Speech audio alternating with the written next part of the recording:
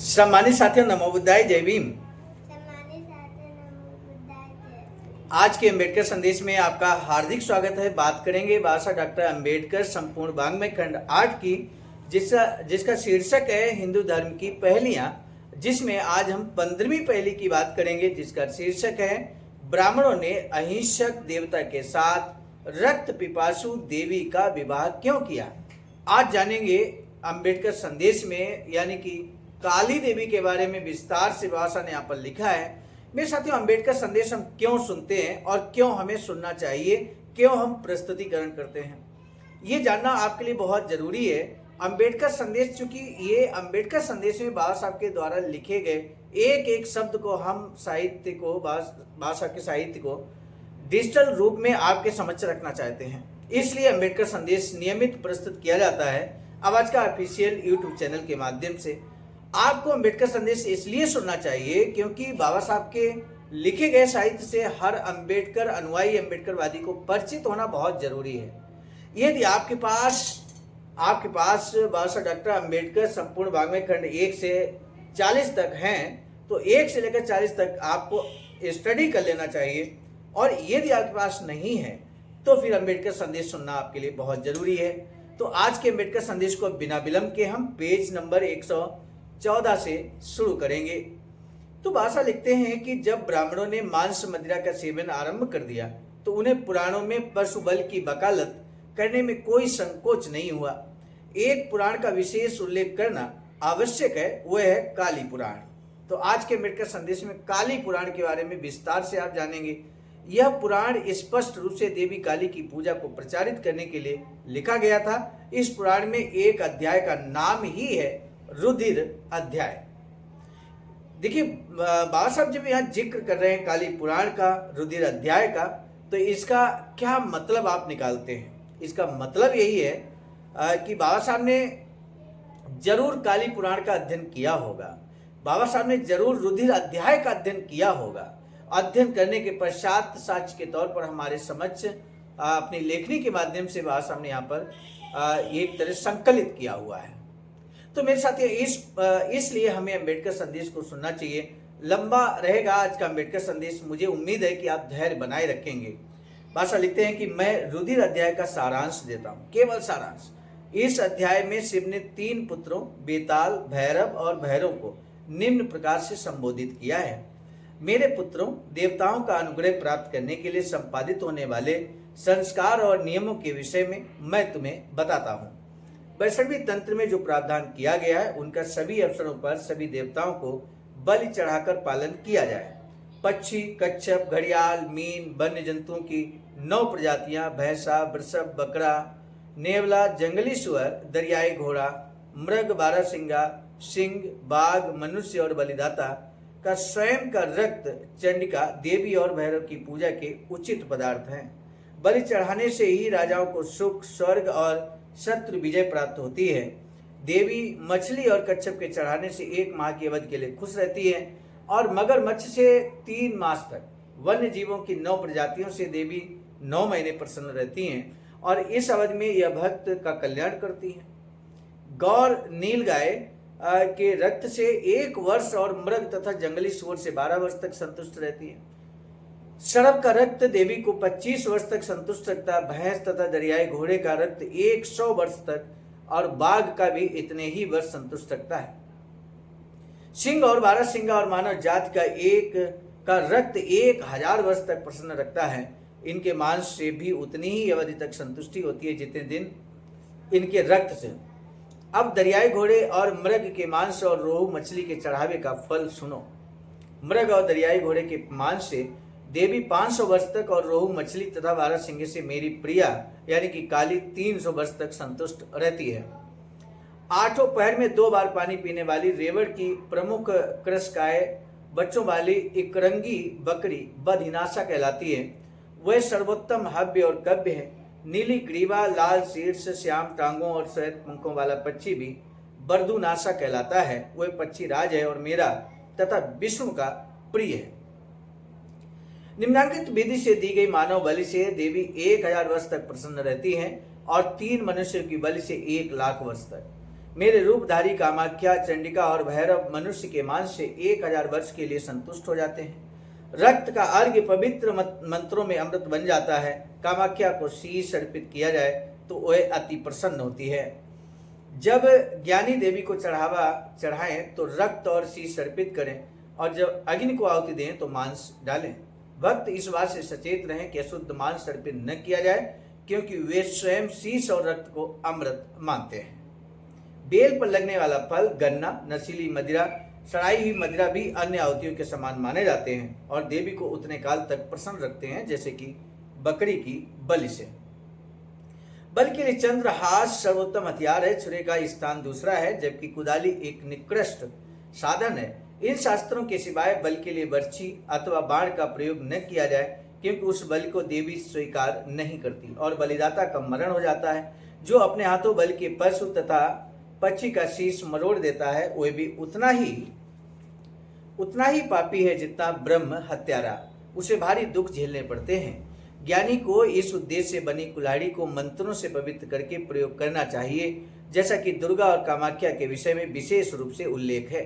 काली का नाम 2 बार लिया जाए, फिर कहा जाए देवी ब्रजेश्वरी लाभा दंदई नमः। ये शब्द इस प्रकार उच्चारे जाएं, जय काली, जय काली, काली जय। देवी दामिनी देवी लौ खड़गधारी। फिर वह कुल्हाड़ी अपने हाथ में ले और निम्नांकित काल रात्रि मंत्र से फिर अग्नि चेतन करे। बलिदाता कहे, हरंग हिरंग काली काली, भयंकर दांतों वाली देवी, खा काट अनिष्ट कर, कुल्हाड़ी से काट, झुक झपट, रक्त पी, उठा उठा। इस प्रकार काली वंदना काल रात्रि मंत्र कहलाती है। इस मंत्र से किया गया वार काल रात्रि कहलाता है। काल रात्रि यानी कि अंधकार की देवी स्वयं बलिदाता के शत्रु का संहार करती है। बलिदाता को पूर्व निर्देश अनुसार बलि देनी चाहिए और बलि पशु से निम्न प्रकार कहें। प्राणीकर्ता की सृष्टि है, वह आत्म बलिदान करे, इसलिए मैं तेरा जीवन लेकर बिना पाप किए तेरा बलिदान कर रहा हूं। बलिदाता उस देवता का नाम ले जिसके लिए बलि दी जा रही हो, वह प्रयोजन बताए जिसके लिए बलि दी जा रही है, और उपरोक्त मंत्र के साथ बलि चढ़ा दे। उसका मुख उत्तर को हो, चाहे पहले किसी अन्य दिशा में भी हो। बलिदाता अपना मुख उत्तर में रखे और बलि पात्र को पूर्व दिशा में रखे।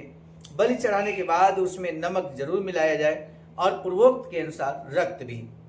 जिस पात्र में रक्त अर्पित किया जाए वह भक्त की परिस्थिति के अनुकूल हो। वक्त की परिस्थिति के अनुकूल हो सकता है सोने का, चांदी का, तांबे का, पीतल का, दोना अथवा मृदा पात्र। बलि में प्रयुक्त होने वाले काष्ठ भी मान्य हैं। वह लौ पात्र अथवा पशुओं की खाल या वृक्ष छाल, जस्ता, शीशे के बर्तन में भेंट न किया जाए। श्रव और सच अथवा भूमि पर भेंट न चढ़ाई जाए। घट का प्रयोग भी निषिद्ध है।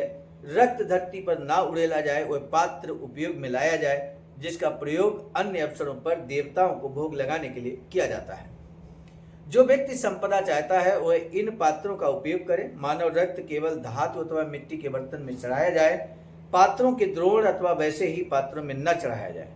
अश्वमेध यज्ञ को छोड़कर अश्व की बलि देना अनुचित है। गज मेद के अतिरिक्त हाथी की बलि भी अनुचित है। राजा ये देखें कि इन अवसरों को छोड़कर ये बलियां न दी जाएं। किसी भी दशा में ये देवियों को न चढ़ाया जाए। अवसर पड़ने पर अश्व के स्थान पर जंगली सांड चढ़ाया जा सकता है।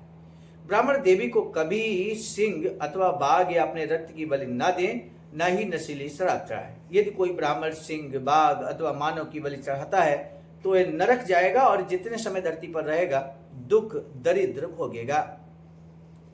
यदि कोई ब्राह्मण अपना रक्त अर्पित करता है तो वह ब्रह्म हत्या के समान है, और यदि मादक मदिरा चढ़ाता है तो वह ब्राह्मण नहीं रहता। कोई शास्त्रीय मृग न चढ़ाए। यदि वह चढ़ाता है तो ब्रह्म हत्या का भागी होगा। जहां कहीं सिंह, बाघ और मानव बल की आवश्यकता हो तो 3 कार्य किए जाएं। सिंह, बाघ और मानव की मक्की या जौ के गीले आटे की आकृतियां बना ली जाएं। उनकी बलि इसी प्रकार चढ़ाई जाए जैसे जीवित प्राणियों की चढ़ाई जाती है। कुल्हाड़ी मंत्रोच्चार के साथ चलाई जाए। यदि कई पशुओं की बलि देनी हो तो केवल 2 अथवा 3 को ही देवी के समक्ष लाना पर्याप्त है, जो सभी की उपस्थिति मानी जाएगी। हे भैरव, मैंने तुम्हें उत्सव की सामान्य बातें बता दी हैं और ये भी बता दिया है कि बलि कैसे हो और किन अवसरों पर कौन से मंत्र पढ़े जाए। जब देवी भैरवी या भैरव को भैंस की भेंट चढ़ाई जाए तो बलि पशु के समक्ष निम्नांकित मंत्र पढ़ा जाए। हे भैंस, जिस रीति से तू घोड़े का नाश करती है, जिस रीति से तू चंडिका तक जाती है, तू मेरे शत्रु का उसी प्रकार विनाश कर और मुझे समृद्ध बना। हे मृत्यु के युद्धाश्व, श्रेष्ठ और अविनाशी स्वरूप, जिसे मुझे चिरायु कर और विख्यात कर। हे भैंस, तुझे नमन। अब मानव रक्त की भेंट चढ़ाने संबंधी विवरण सुनो, यानी मानव रक्त चढ़ाने के विवरण क्या है जान लीजिए। मानव की बलि पवित्र पूजा स्थल पर अथवा शमशान में दी जाए। पूजा उपरोक्त अनुसार शमशान क्षेत्र में या कामाख्या मंदिर अथवा पहाड़ी पर की जाए। अब उसकी विधि सुनो। शमशान मेरा रूप है और ये भैरव कहलाता है। इसमें एक दिशा होती है जो तंत्र स्थल कहलाती है। पूजा इन 2 दिशाओं में होती है, तीसरे को हरुका कहते हैं। मनुष्य की बलि पूर्व दिशा में दी जाए जो भैरव के लिए पवित्र है। शीश दक्षिणी दिशा में चढ़ाया जाए जो कपाल भूमि कहलाती है और भैरवी के लिए पवित्र है। रक्त पश्चिमी दिशा में अर्पित किया जाए जिस पर हरु का प्रभुत्व होता है। संपूर्ण पूजा विधि और पवित्र स्थान पर किसी व्यक्ति की बलि चढ़ाते समय बलि चढ़ाने वाले द्वारा इस बात का ध्यान रखा जाए कि वह बलि पशु पर नजर गड़ा कर न देखे। अन्य अवसर पर भी बलि चढ़ाने वाला बलि पशु पर दृष्टि न गड़ाए, बल्कि सिर निगाह हटाकर चढ़ाया जाए। बलि प्राणी देखने से अच्छा हो, पूजा के साथ उसे तैयार किया जाए। वांछित विधियां संपन्न की जाए, जैसे एक दिन पूर्व मांस रहित पवित्र भोजन कराकर और उसकी पूजा करके उसे पुष्पहार पहनाया जाए और चंदन से सुगंधित किया जाए। फिर उसका मुख उत्तर की ओर रखें। बलि पशु के विभिन्न स्वामी देवों की पूजा की जाए। फिर नाम पुकार कर बलि पशु की पूजा की जाए। इस प्रकार बलिदाता बलिपात्र की पूजा करें। वे मंत्र उच्चारें जो इस अवसर के लिए उपयुक्त है और जिनका पूर्व उल्लेख किया जा चुका है। किसी चौपाए पशु अथवा मादा पक्षी की या किसी स्त्री की बलि न चढ़ाएं। इस प्रकार बलिदाता नरक में जाता है। यदि पशु पक्षी पर्याप्त संख्या में है तो मादा की बलि दी जा सकती है, किंतु मनुष्यों के संबंध में क्षम्य नहीं है। किसी ब्राह्मण अथवा चंडाल की बलि न दी जाए, न राजकुमारों की संतान की ही और न युद्ध में विजेताओं की, न ब्राह्मण और क्षत्रिय की संतान की, न संतानहीन भ्राता, न पिता की, न विद्वान की और न किसी अनिच्छुक व्यक्ति की। जो ऊपर गिनाए जा चुके हैं उनके अतिरिक्त अज्ञात नाम के पशु पक्षियों की बलि भी अनुकूल है। यदि उपरोक्त में कोई उपलब्ध नहीं है तो उनके स्थान पर गधे अथवा ऊंट की बलि दी जा सकती है। यदि अन्य पशु उपलब्ध हैं तो बाघ, ऊंट और गधे की बलि से परहेज किया जाए। जब बलि पात्र की पूजा कर ली जाए, चाहे वह मनुष्य हो, पशु हो अथवा पक्षी, तो पूर्वोक्त के अनुसार बलिदाता निर्धारित मंत्र का पाठ करें और देवता का आह्वान करते हुए बलि चढ़ा दें। यहाँ एक बात पर आपने जरूर गौर किया होगा मेरे साथियों, किसी ब्राह्मण अथवा चांडाल की बलि न दी जाए, न राजकुमारों की संतानों की, न युद्ध में विजेताओं की। ब्राह्मण और क्षत्रिय की संतान की भी नहीं, न संतानहीन भ्राता की, न पिता की, न विद्वान की। और ये सब आप देखेंगे, आखिर विद्वान कौन था, विजेता कौन था, क्षत्रिय कौन था, क्षत्रिय की संतान कौन था। यानी कि ब्राह्मण क्षत्रिय वैश्य यहाँ पर पूरी तरह से छूट जाते हैं बलि जैसे कार्यक्रम से। बचता कौन है, कौन इसका शिकार होता है, इस बात को आप समझ सकते हैं।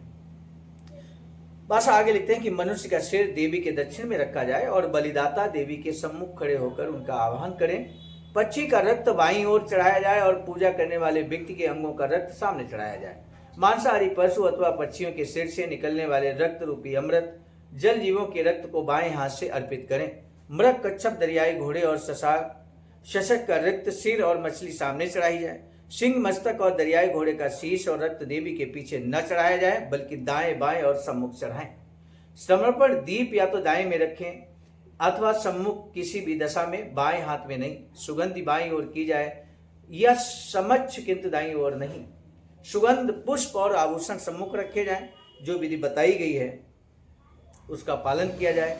अन्य पेयों के पश्चात बाईं ओर मदिरा चढ़ाई जाए। यदि प्रेत आत्माओं की पूजा नितांत अनिवार्य हो तो पहले वर्ग के 3 व्यक्तियों को पीतल पात्र में नारियल का पानी अथवा ताम्र पात्र में शहद दिया जाए। देवी विपदा के समय भी पहले 3 वर्गों के व्यक्ति मादक मदिरा भेंट चढ़ाएं जो पुष्पों से बनी होनी नहीं चाहिए, अथवा दम पुक्त भोजन न परोसा जाए। राजकुमार, मंत्रीगण, अमात्य और कलाल धन संपदा के लिए मानव बलि चढ़ाएं।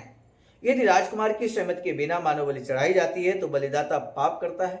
युद्ध की अवश्यंभावी भय की दशा में बलि केवल राजकुमार या मंत्रियों द्वारा चढ़ाई जाए, किसी और के द्वारा नहीं।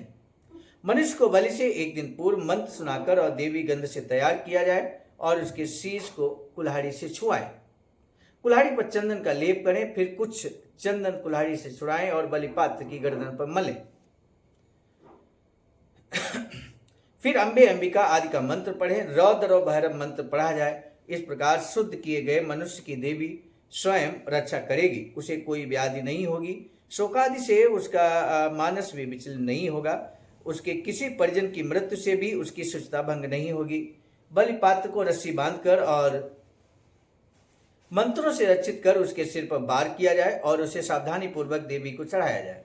यह बलि शत्रुओं की संख्या के अनुपात में हो।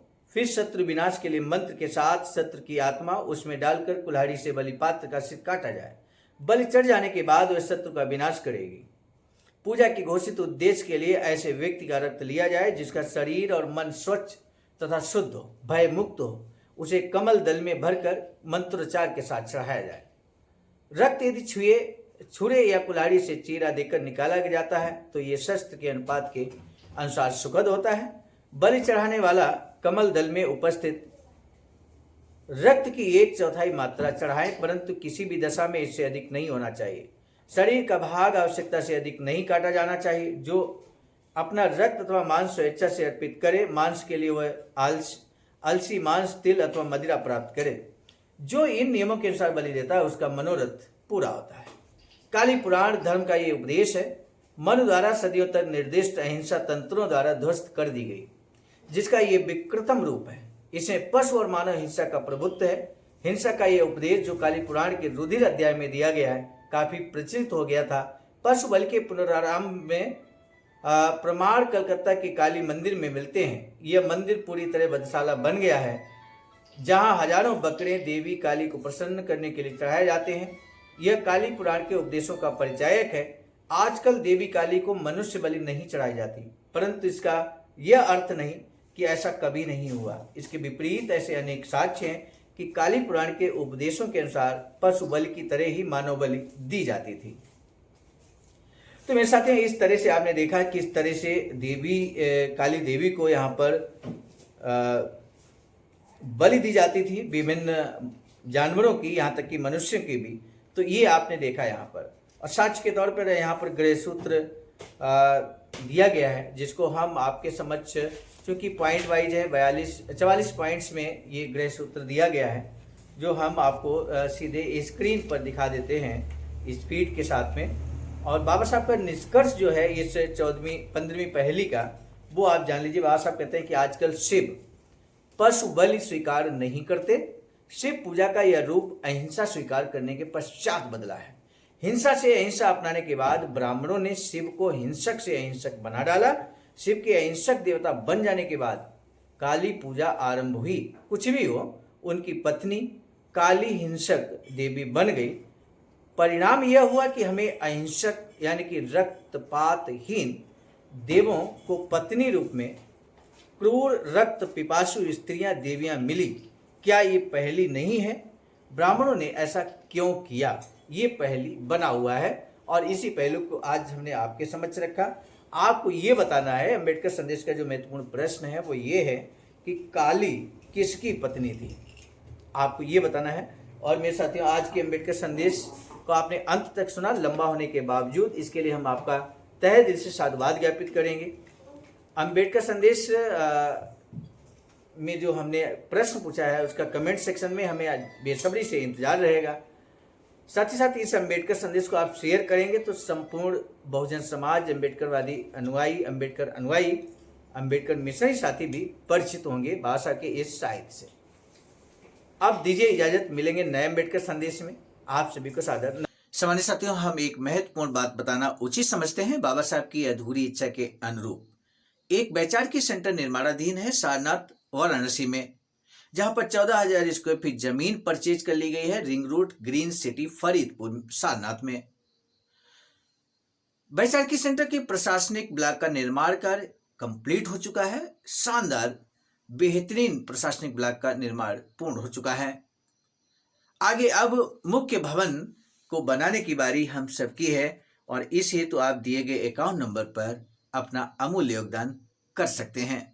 आज का अम्बेडकर संदेश हम लेकर उपस्थित हुए थे मिशन नायक बुद्ध मित्र मुसाफिर सर, राष्ट्रीय अध्यक्ष आवाज का नई दिल्ली की प्रेरणा में, और प्रस्तुतकर्ता के रूप में मैं स्वयं सर्वजीत आर्य, राष्ट्रीय मीडिया प्रभारी, IIT सेल आवाज का नई दिल्ली। मिलेंगे नए डॉक्टर अम्बेडकर संदेश में, तब तक दीजिए इजाजत। आप सभी को सादर नमो बुद्धाय। जय।